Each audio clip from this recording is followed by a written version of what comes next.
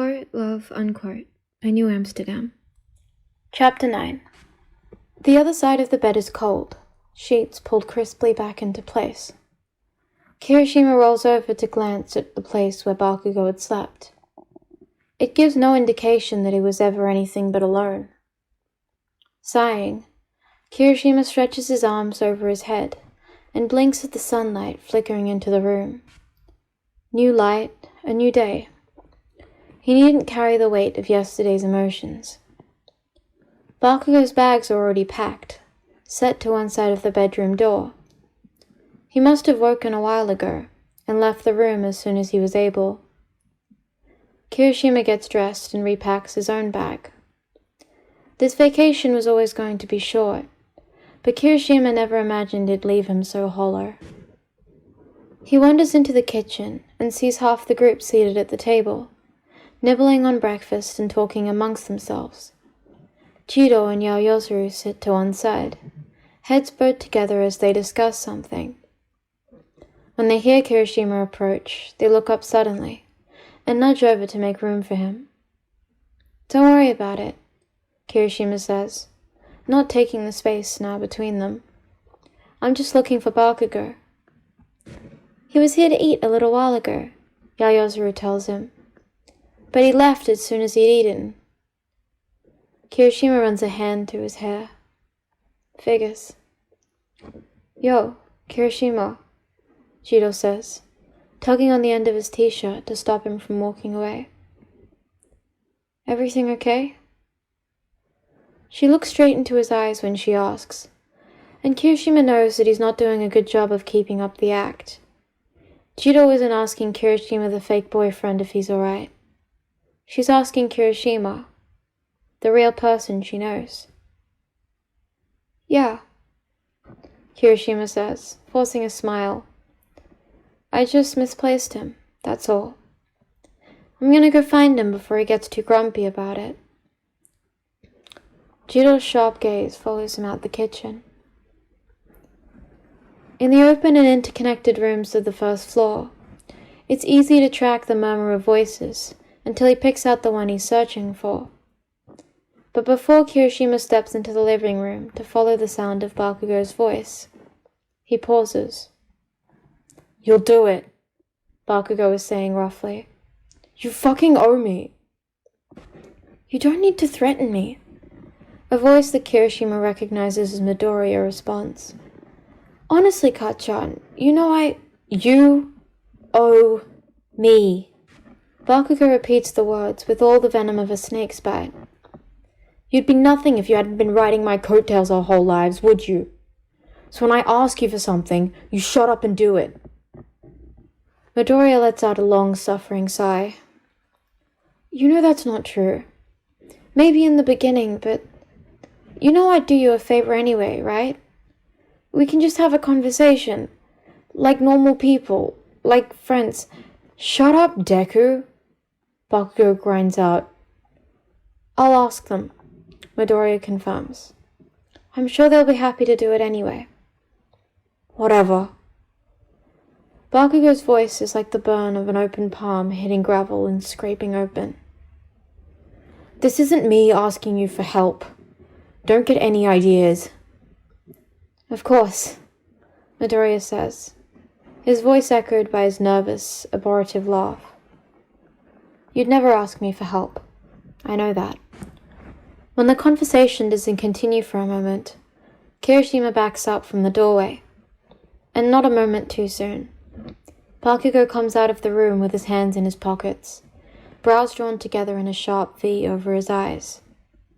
He pauses mid-stride when he spots Kirishima. They stare at each other. The emotions they'd revealed last night hadn't abated at all. "What are you staring at?" Bakugo mutters, finally. "You," Kirishima says honestly. He means it to be flippant, but it comes out with a hint of longing. Bakugo blinks, then glowers at him. "The fuck are you even talking about?" He stomps away after that.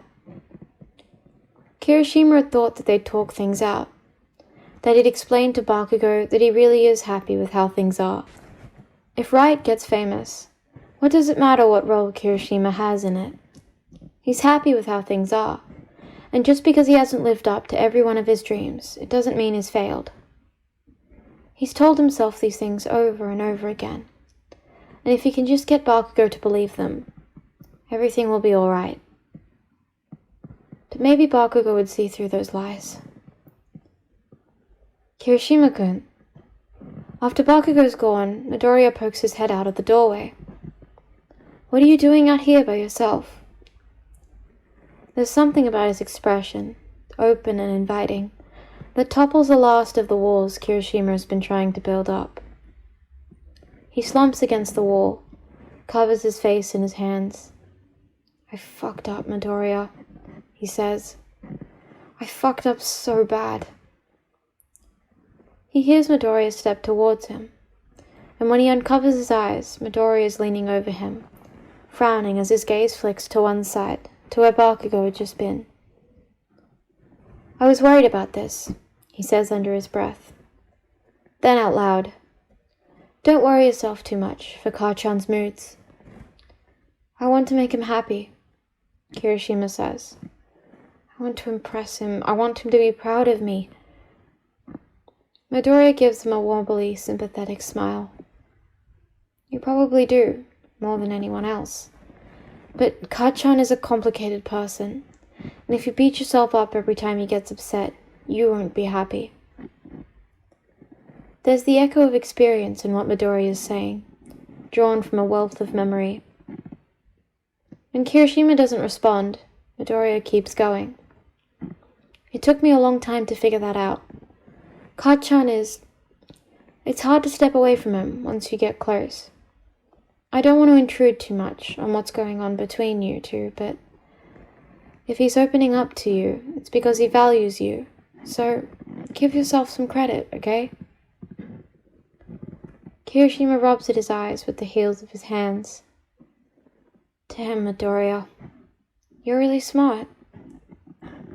Midoriya waves his hands. No, not at all. If what I know about Ka-chan can help at all. Thanks. Kirishima smiles, and he doesn't have to force it.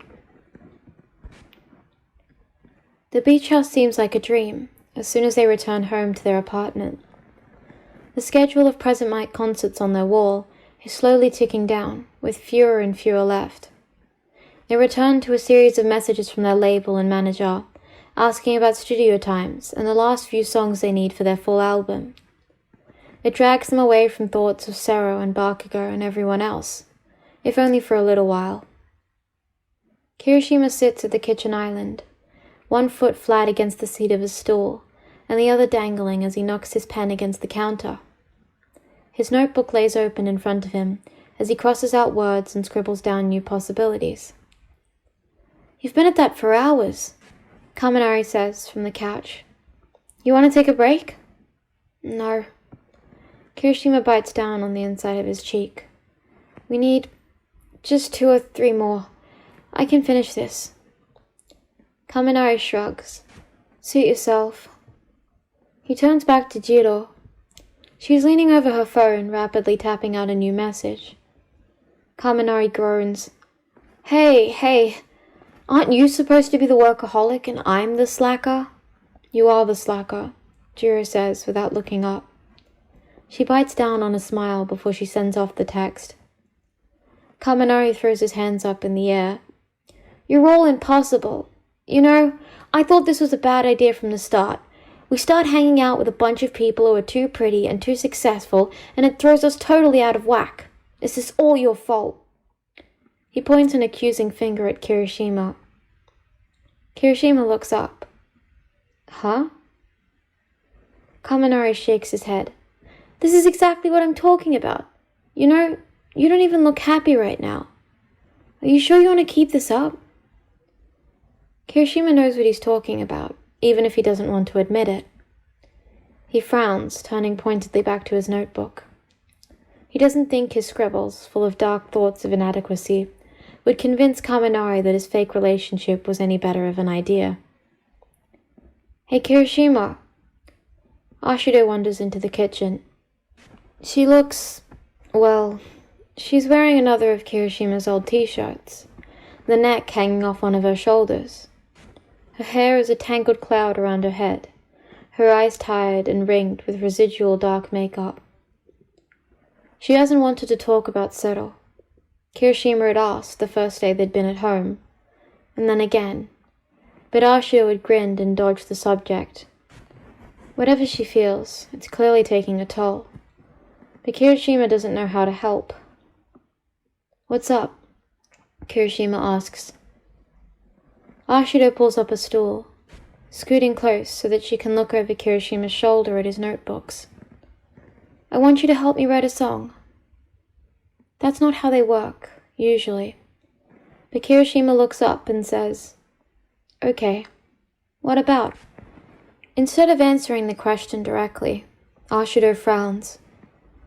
"You know, I wouldn't have asked you to play in my band back then, if I thought you wouldn't want to. If I thought it would be bad for you or make you feel worse." Kirishima blinks. "Of course I know that. You were helping me. Sero doesn't know what he's talking about. But he's not completely wrong," Ashido says. "I wanted to help you, but I also wanted to be the best singer I could be, with the best songs. I am selfish. I do like it when everyone's looking at me." From the living room, Judo and Kaminari are listening. Ashido must know this, must want them to hear too. "It's not true," Kirishima protests. "You've got a big heart, Ashido." Ashido smiles crookedly at him. "Not always. But you know, Sero knew that. When we first met, I was a teen idol, a diva. He liked that about me, I know he did. I made his life exciting. He felt special because I liked him and I was me."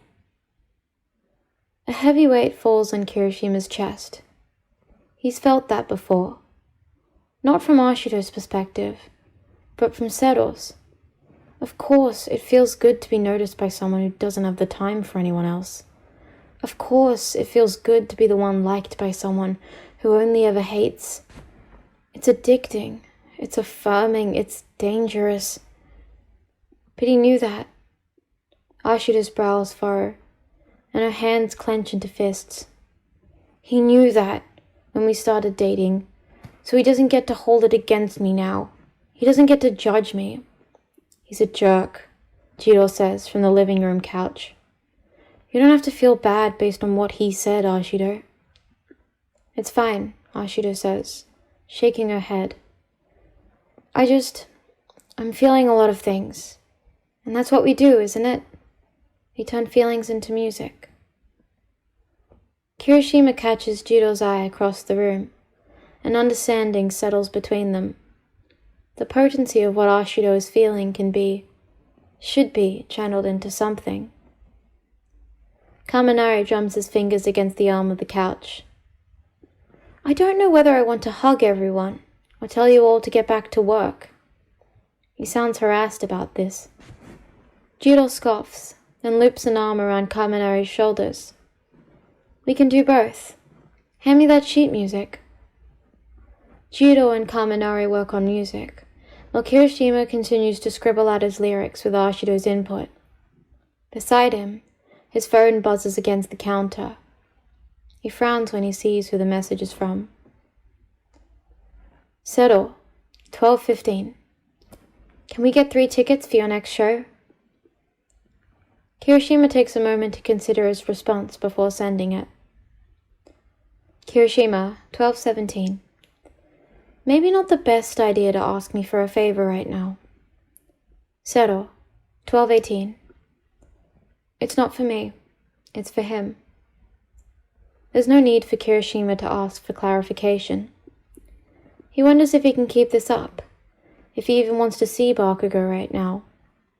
He wonders why he's upset that Bakugo wants to bring someone else, to someone else's, to his concert.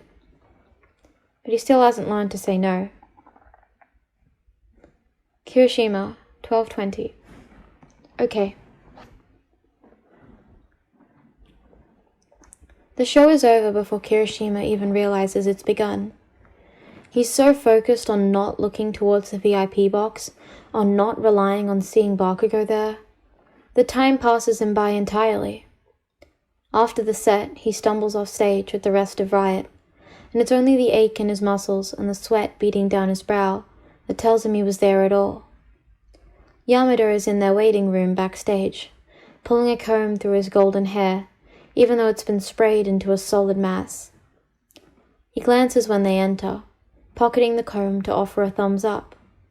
"Yo, kids, good job out there." "Thanks, Yamada-san," Ashido chirps, as the rest of them flop down onto the couches.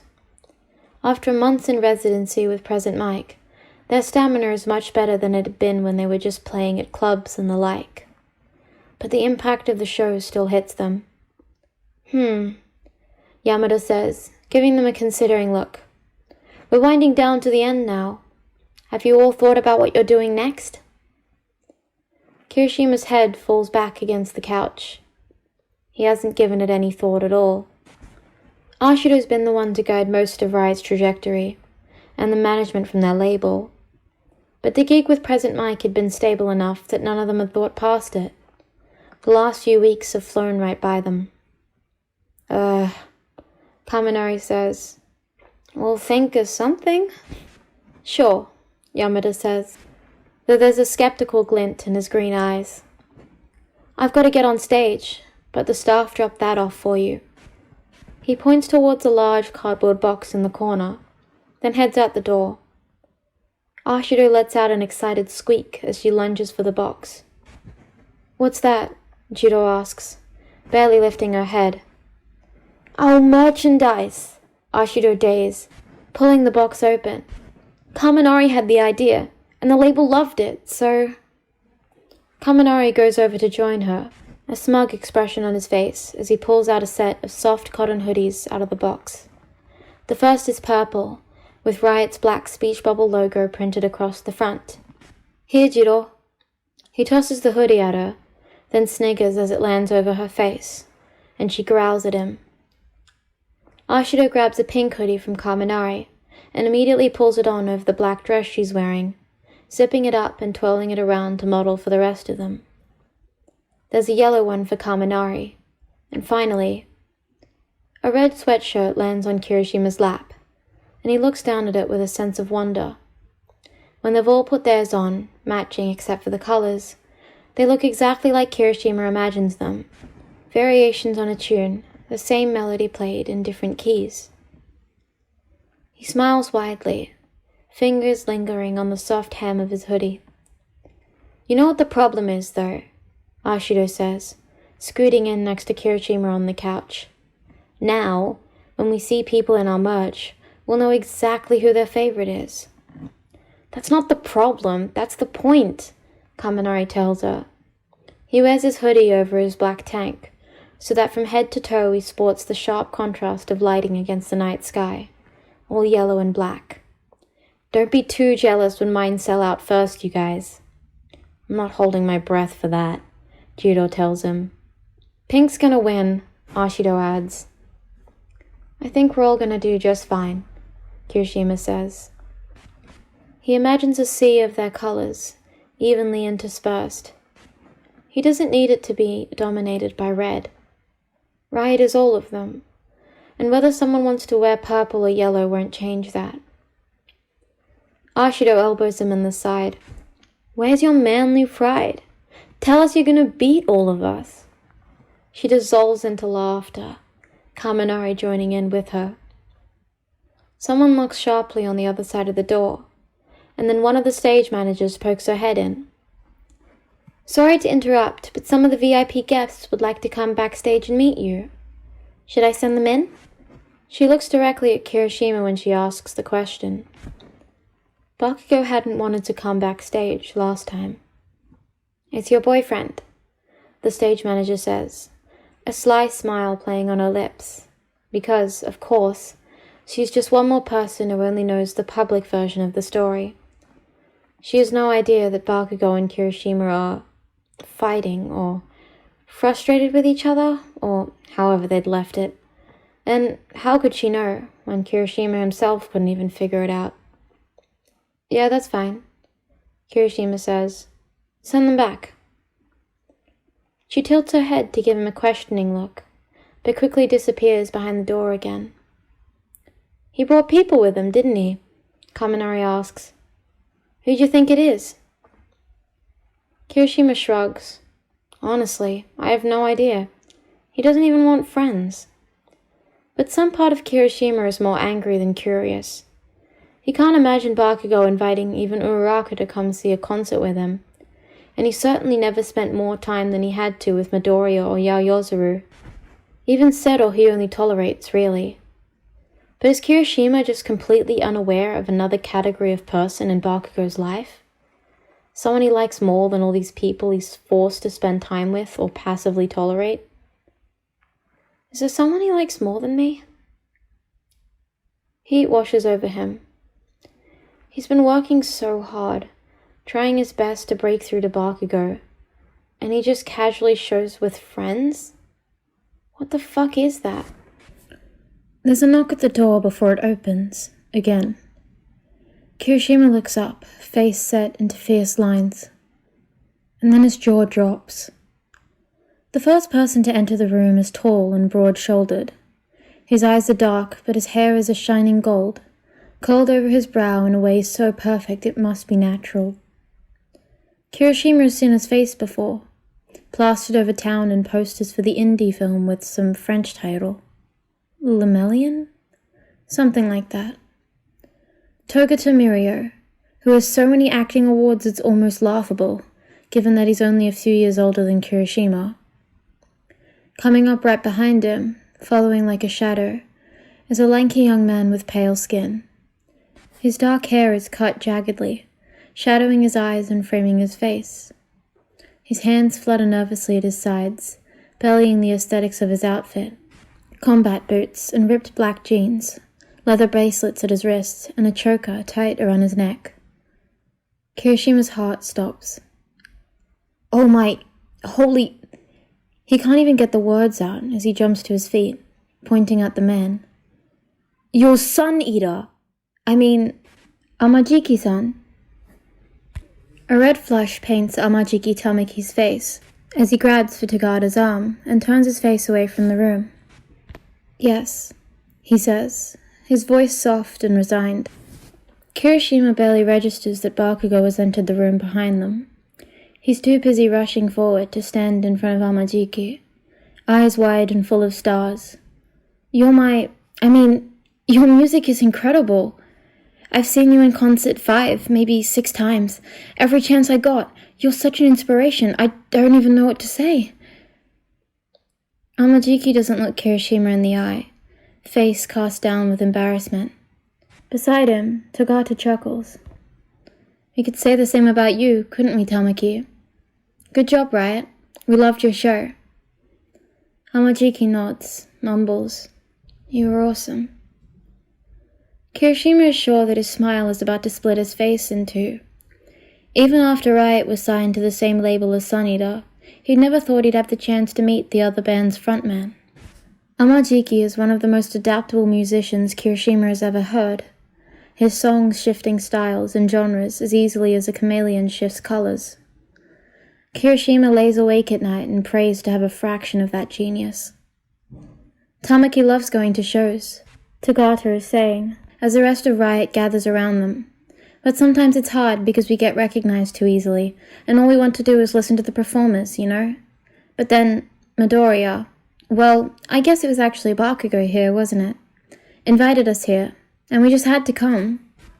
We're glad you enjoyed it, Ashido is saying, and while Jiro nods. You guys are like really famous, Kaminari blathers. This is kind of amazing. Togata leads the conversation, but Kirishima is focused on Amajiki the whole time. He doesn't say much, stays close to Togata's side, but every nod, every slight smile, every approving word, they all make Kirishima's heart swell. This is clearly someone who doesn't offer praise easily, and who truly has a discerning ear for music. And he liked Riot's show. Ashido and Kaminari pulled Togata towards the merch box, determined to find him a sweatshirt. That leaves Kirishima and Amajiki together, still standing. You really are one of my favorites ever, Kirishima says, looking up at Amajiki. Your song, Chicken Legs? When I first saw the record for it, I thought it was the weirdest thing ever. But then I listened to it, and it changed my life. Sorry, am I babbling to you? I think I'm babbling. Amajiki shifts from foot to foot, but then he smiles softly. Thanks, he says. It was supposed to be a bit weird. Yeah, Kirishima agrees, nodding vigorously. That's why it works, though. You guys are really good tonight, Amajiki says. His voice is reedy, which puts an amazing tone into his music, spoken and not sung. It emphasizes his resonance. We should collaborate sometime. Strobe lights are going off in Kirishima's brain. It's such a casual thing to say, the kind of thing that amazing musicians probably say to each other all the time, whether they mean it or not. But if Amajiki Tamaki is saying it to him, he must actually consider Kirishima worth the comment. Amajiki-san wants to collaborate with me, he says, as though he's speaking to someone else. He turns, looking for Bakugo, wanting to share this with him. But Bakugo is no longer in the room. Kirishima turns fully, eyes narrowed as he looks for Bakugo. There's Jiro on the couch, and Ashido and Kaminari pulling a pink Riot sweatshirt over Tagata's shoulders, and Amajiki leaning against the wall, looking at him curiously. I think I just lost my boyfriend, Kirishima says, frowning.